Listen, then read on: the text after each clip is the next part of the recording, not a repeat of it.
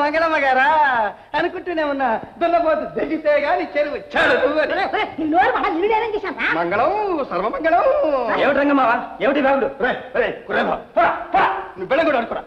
అమ్మోయ్ కమలమ్మ గారా, మీరు కలెక్టర్ గారి కూతురే, కానీ మా మామగారి ఇంటి కోడలు.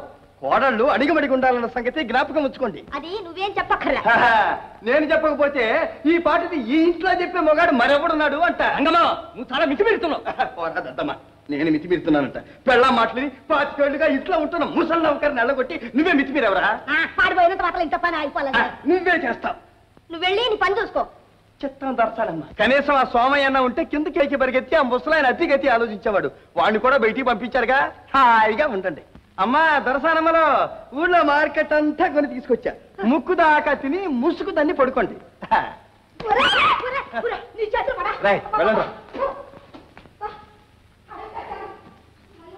వెళ్ళండిరా. ఈ వేషాలన్నీ మన దగ్గర దగ్గర డామ్ పూల్స్.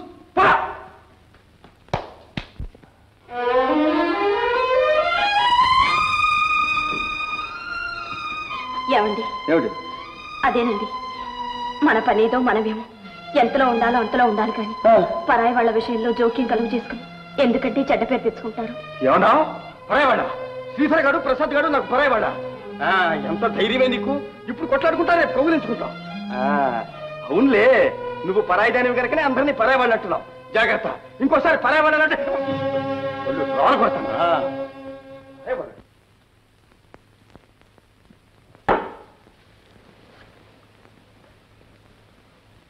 ఎవరు? నేనే. రే నీకెందుకురా ఈ పని? చేస్తే ఏమో నౌకర్లు చేసే పని రా ఇది. నౌకర్లు 25 ఏళ్లుగా పనిచేసే నౌకర్ని అయితే వెళ్ళగొట్టగలిగారు, కానీ 25 ఏళ్ల నుంచి వచ్చిన అలవాటు అమాంతంగా పొమ్మంటే ఎక్కడ పోతుంది? నీతో మా చెడ్డ చావచ్చిందిరా. ఏ ఆ కమల్ లేదో అన్నావటగా, అదేమో అని కూర్చుంది. నువ్వు వెళ్ళి క్షమాపణ చెప్తే గానీ అన్నం తిందట. అన్నం తెల్లా? భలే భలే, ఒక పూట ఎగిరితేనైనా బుద్ధి వస్తుంది. చాలే, పోయి క్షమాపణ చెప్పిరా. నేనా క్షమాపణ ఎందుకు చెప్పాలి? నేనేం తప్పు చేశాను? చూసారా, ఇది వీడి తీరు. వాడు మటుకు వాడు కరెక్టే లేవే. ఏ కరెక్ట్ అండి? మీరొకరు ప్రతిదానికి కరెక్టు కరెక్టు అంటూ. ఒరే రంగా, పోనీ పోయి తప్పు చేశాను చెప్పినారా? పో. నేనేం తప్పు చేశానని? సరే, మీ ఇద్దరిని చూసి కాకపోతే నాకేం పట్టింది? అలాగే చెప్పొస్తాను. నాకేం నామోషి వచ్చిందా?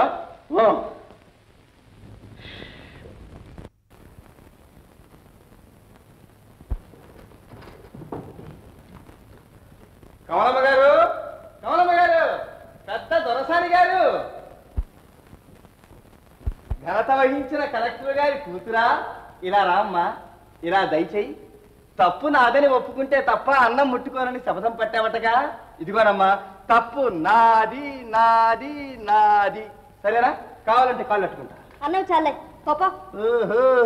ఇవన్నీ నేనన్నానా? అత్త మామయ్య అనమంటే అన్నాను, కానీ అసలు నేను చేసిన తప్పేంటి? నేను అన్నది కరెక్ట్.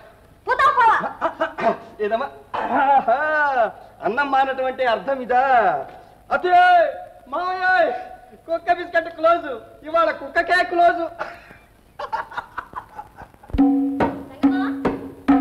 రంగమ్మా, నీకెందుకు ఈ పని? ఏ పని? ఇంట్లో అందరిని దండించే పని. నీ వల్ల రాను రాను కీచులాట్లు ఎక్కువైపోతున్నాయి. అయినా ఎవరెట్లా పోతే నీకెందుకు? ఆశ్చర్యంగా ఉందే. అది అట్లాగంది, నువ్వు ఇట్లాగే అంటున్నావు. ఇంతకీ నేను అనుకున్న మాట ఏమన్నాను? నువ్వు అన్నావని కాదు మా. నాన్న దగ్గర డబ్బు లేకపోయేసరికి అన్నయ్యల తరహాయం మారిపోయింది. ఇప్పుడు ఏం జరిగిందో తెలుసా? అందరూ డాన్స్ కు వెళ్ళాలన్నారు. నాన్న డబ్బు లేదనేసరికి అందరూ అని మూతు ముడుచు కూర్చున్నారు. ఈ కాస్త భాగ్యానికి నవ్వేటప్పుడు నవ్వాలి, ఏడ్చేటప్పుడు ఏడవాలి. ఆ ఐడియా గొప్ప ఐడియా. గీత, గీత బాల, ఏం లేదు, మన ఇంట్లోనే మనమే ఒక డాన్స్ పార్టీ పెట్టేస్తే. ఏమిటి ఏమిటి? ఒకటి వేసబడలేక ఇంత నీ డబ్బిచ్చి డాన్స్ చెప్పించింది. రేపు నీ మొగుడి దగ్గర కొట్టడానికే. నువ్వు వాడు, వాళ్ళు పాడతారు, నేను తబలా కొడతా. అయ్యో, నువ్వు అక్కడికి వస్తే వాళ్ళు పాడరే. సరే, నేను ఒక మూల కూర్చుని తబలా కొడతాను, నువ్వు వాడు, వాళ్ళని పాడను. ఇదిగో గీత, ఆ కలెక్టర్ గారి కూతురు పునాది పాది కొంప కూలినా కోలొచ్చు. నువ్వు ఆడు, వాళ్ళని పాడమను, నేను తబలా కొడతా.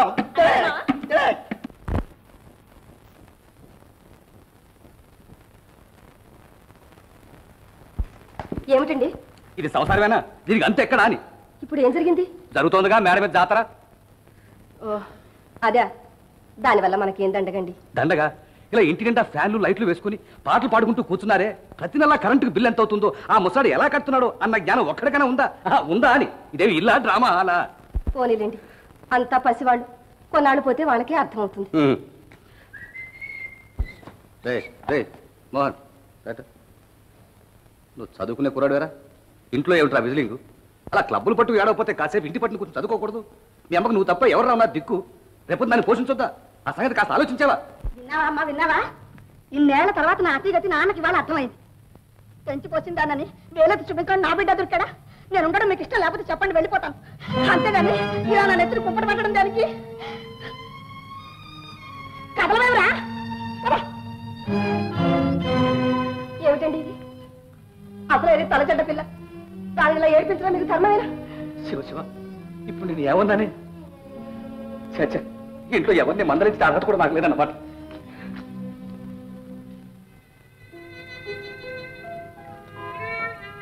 ఏమండి, లేవండి, అసలు పాలు పుచ్చుకుంటుంది. వద్దే, నాకు తాగాలని లేదు. అదేమిటండి, రాత్రి భోజనం అసలే మానేశారు, పాలైనా పుచ్చుకోకపోతే ఎలా? లేవండి. నాకు ఆకలిగా లేదే, నా నాట్య బలవంతం చేయకు.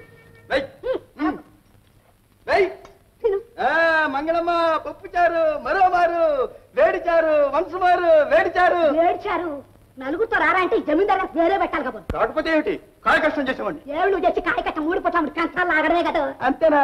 రేపు పొద్దున చూడు, నీకన్నా పెద్దగా ఉంటుంది రోడ్డు రోలర్, నెమ్మదిగా డొల్లుతుంది. దాన్ని 1000 మంది ముందు అమాంతంగా గుండెల మీదుగా లాగేస్తాను. తీసుకురా స్పెషల్ పాలు. పాలు కాదు, పాలి మొగానికి. అన్నం తినేటప్పుడు ఏమిటి రాయాలి? చూడతాయా, పాలు తెమ్మంటే తన సొమ్మంతా పోతున్నట్టు. దానికి ఇంత గొడవ. ఇదిగో తాగు. మీ మావయ్య వద్దన్నారు. నాన్న వద్దటి నాశనం కొట్టాడికి ఇవ్వాలా? ఇవాళ రేపు ఆయన కన్ను మొత్తం ఉన్నదంతా ఊడ్చిపట్టుకోవడానికి ఈ మోక. ఏమన్నా పాలు కావాలంటే మామయ్య కళ్ళు పోయాలని కోరుకుంటున్నావా? మళ్ళీ ఆ మాట కాబట్టి పళ్ళు రాళ్ళు కొడతాను. అదేమిట్రా, ఆ తెలిత కుదేదో అంటే కుళ్ళి కుళ్ళి ఏడుస్తా. అది కాదత్తయ్య, దాని నోరు చెడ్డది, అంటే జరిగి తీరుతుంది. పోనీ నేనంటే జరుగుతుందా? నువ్వంటే మేలే జరుగుతుంది అత్తయ్య. సరే, నేను చెప్తున్నాగా, మీ మావయ్య 100 ఏళ్ళు జీవిస్తారు.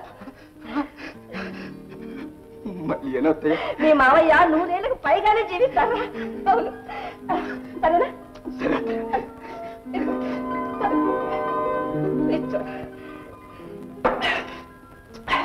మావయ్య, మావయ్య, నీకు 100 ఏళ్ళ ఆయుష్ మావయ్య.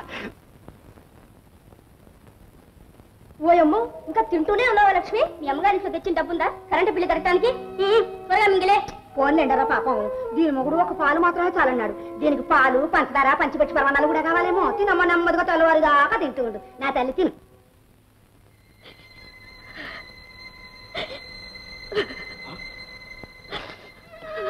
లక్ష్మి, ఏడుస్తాను ఎందుకు? తలనొప్పిగా ఉందా? మద్దం చేస్తాను. అయితే కడుపు నొప్పిగా ఉందా? ఈ మాత్రం దానికి ఏడుపెందుకే? కడుపు నొప్పికి అయితే మా అత్తయ్య దగ్గర చిట్టక మందు ఉంది, చిట్టుకొని తీసుకొస్తాను. నా కడుపు నొప్పి లేదు, తలనొప్పి లేదు, మరి గుండెల్లో బాధగా ఉంది. ఓహో, ఆ తాలూకు మందులైతే మామయ్య దగ్గర ఆసుపత్రి ఉంది, పట్టుకొస్తాను. సరేలేండి, ఈ ఇంట్లో అందరూ అన్నమాట నిజమే. ఏమన్నారు?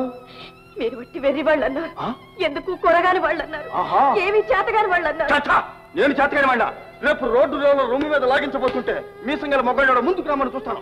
అదేనా ప్రయోజకత్వం? కాకపోతే లోకంలో అందరూ ఒళ్ళొంచి పనిచేసి పెళ్ళాం బిడ్డల్ని పోషించుకుంటారు.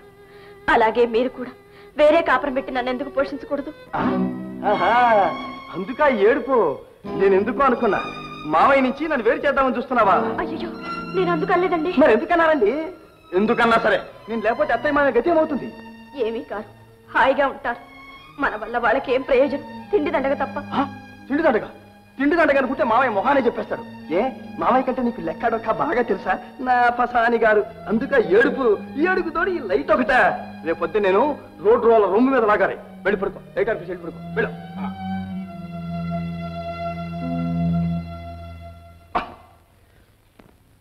సోదర సోదరీమణులారా, కోడి రామమూర్తి వ్యాయామ సంఘం వార్షికోత్సవ సందర్భంలో అధ్యక్షత వహించడానికి అంగీకరించిన శ్రీ రావు బహదూర్ చంద్రశేఖరం గారికి సంఘం తరఫున, మనందరి తరఫున ధన్యవాదాలు తెలియజేస్తున్నాను.